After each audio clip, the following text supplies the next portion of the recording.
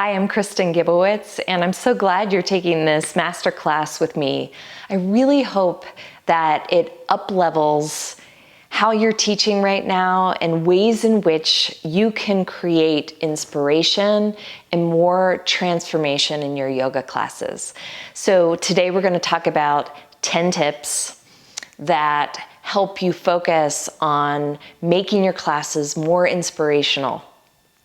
Number one, Maya Angelou always said, people don't remember what you said or what you did. They always remember how you made them feel.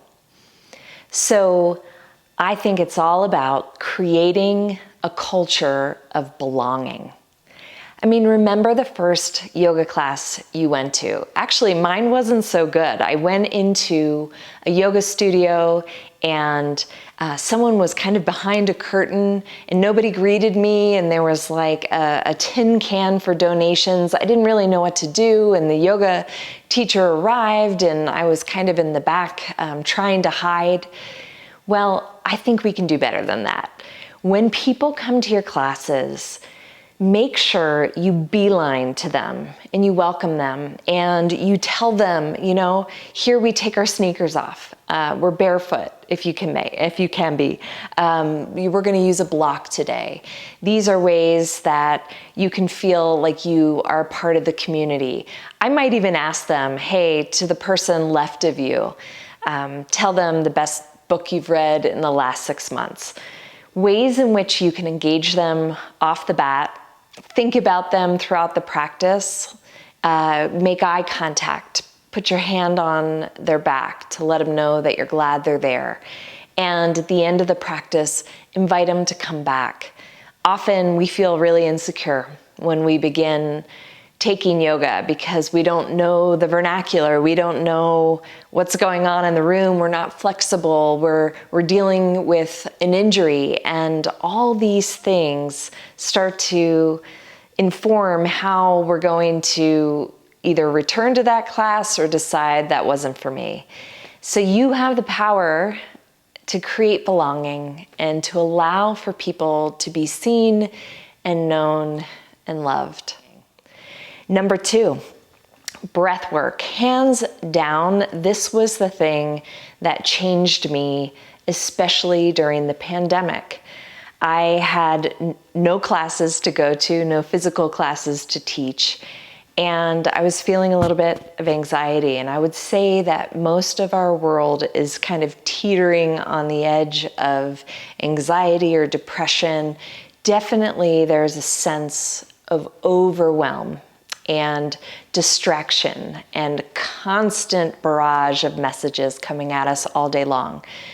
So breath work, it immediately moves you into a more parasympathetic state. If we're all living in this kind of underlying stress state in the sympathetic, it is important to create balance. And one of the most powerful ways to do that is to breathe. And the more you prioritize breath, especially in the beginning of your class, to help your students to arrive, to help them begin to develop a little awareness, to help them get into their body, and to help them access the breath of life. When I teach my faith-based classes, I always remind them that your inhale is God's exhale, and your exhale is offered to a very present God who says, draw near to me and I'll draw near to you. So each time you inhale and you exhale, you're creating a pathway to get into the presence of God. Breath work, make it a priority. Number 3, get them moving. This is something that I find a little bit is a pet peeve of mine when I take yoga practices. I notice that the teacher might have a really good story and a good setup and a good centering practice, but the truth is I'm not even close to being there yet. You know, I just left a meeting or a difficult conversation or wherever I'm coming from. It takes me a minute for my mind to settle and to get into my body. So I'm starting to think that less of the story and the centering and the slow thing up front, get them moving a little bit after breath work. And what I mean by that is, let it be a slow entry into their body. But rather than a lot of stillness in the beginning, get them moving so that they can begin to find a landing place. And once you do that, then this sense of integration, embodiment happens for them to start being able to hear the message that you might be inspiring with that day, the theme of class, or just their own thought life, being able to kind of drop a pin on where their mind frame is, and then mostly the whispers of God, which are so powerful when we actually can develop some sense of presence. So get them moving and then look for those spaces after you've created a little bit of awareness to then share your theme, your story, whatever that looks like for the day. Number 4, be the drum major. The drum major is the big bass drum in a band, right? And it's the grounding force that creates a sense of pacing and groundedness for your students. It's totally countercultural to what our lives actually look like. Our lives are pretty chaotic. They're busy. They are full. And so what a drum major does is it steadies and creates pace and allows for people to kind of drop in to a more ordered and grounded way of living and being. And it's in that students begin to find the breath. They can reconnect to the breath when they lost it. They start to settle in and trust you as the leader of the class as they enter into longer holds, which might be more challenging. They start to feel like themselves again. So you have the power to create this experience that is really for them and something that they can bookmark and come back to at a later time throughout the day. So be the drum major and be the grounding force in the room. Number 5, sequence for student success. And what does that mean? Well, it's not about you. It's about serving your students well. This is really the heart of servant leadership, that you would be able to read the room, not in such a way that you're kind of flippant in the way that you're seeing the bodies move and you're feeling unsure and unconfident on how to lead them. Rather, find ways to teach layers and really champion the stabilized version of postures. So what I try to do, say I'm building into a standing sequence. In the warm-up, I might offer a crescent moon, a kneeling crescent posture that is the more stabilized version of the posture that people can revisit later when we're in a high lunge, a crescent lunge, and asking a little bit more of balance and proprioception and all the things that we need to learn to adapt to. So when I think about creating a sequence that looks successful for my students, I think about a beginning and a middle and an end, that we have a slow warming up, a heat building to an apex, which could be a peak posture or just something that we're working into to really define some anatomical or physiological sensation that day. And then we begin to take it back down. And so what that looks like is educating them on the climb and really creating opportunities for people to self-advocate. This is huge. So when you do that, when you give them options, when you champion the more stabilized version, people will find more success. When you don't highlight the greater version of a posture, like, grab your big toe in a side plank. When you highlight, find the posture that feels like a beautiful expression in your body today, or an honest expression in your body today, using language where people don't feel inferior or that they don't have a chance to create choice in their practice. So think about what feels good in the body, what needs to happen for them to be successful to where you're taking them, and then what needs to be countered as they come back down the climb and into their final resting posture. Number 6, aim for balance.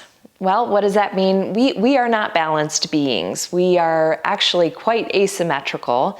And I would say that the majority of people are right side dominant. And I think as yoga teachers, we tend to be right side dominant too. So often we'll teach a sequence with the right foot forward first, and we hold them there because we're teaching and cueing and kind of giving them all of the cues on the right side. And then we get to the left side, and we don't hold the holds as long. We tend to drive by the left side most of the time. So be mindful of that. Really allow people to linger and challenge them to find balance on the left side body too. The other thing that we do is we often teach more in the sagittal plane, which is how we're living our lives right now. A lot of forward flexion, backward extension. Backward extension's really key. We need more of that because we're more in a forward flexion posture throughout our days.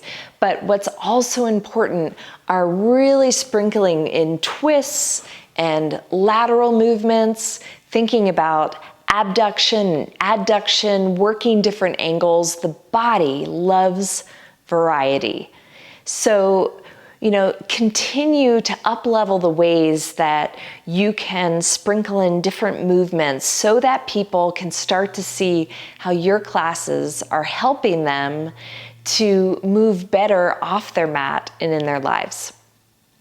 Number 7, don't bring Thanksgiving dinner. This is one of the favorite things we say in Living Soul Institute, and it's because it's just such a funny visual, right? You've been in that class where everything but the kitchen sink was included, and what do you feel like on the level of maybe your nervous system? It feels like you're really full. You feel overloaded, and that can look like a class that's too fast or just too many things packed in. Maybe there were 8 balances on the right leg, and you just felt like at the end you were at a point of, this doesn't even feel good in my body anymore. And when we bring Thanksgiving dinner, we create a sense of fullness. What are we trying to do? We're trying to create a little bit more space and simplicity, which is just totally counter to how people are living. So what I always recommend is, instead of bringing Thanksgiving dinner, bring your very best side dish of the day. So say my side dish is working them into a version of half pigeon, where they can linger a little bit longer, where we can experience a supported variation, or something new, a customized variation with a thread the needle, something where they can focus in on that area of their body and feel successful. So your side dish is enough for the day. And if you create balance and a whole body experience around that side dish, it's even better. But don't try to fit it all in. My hope is that you're going to be teaching yoga late into the nursing home days. Number 8, point them to a greater story. Everybody's coming from someplace, and often we find ourselves on the yoga mat battling tears, maybe feeling all the feels of what our current narrative and circumstances are looking like. It's a chance for us to recognize how our minds are like a spinning top.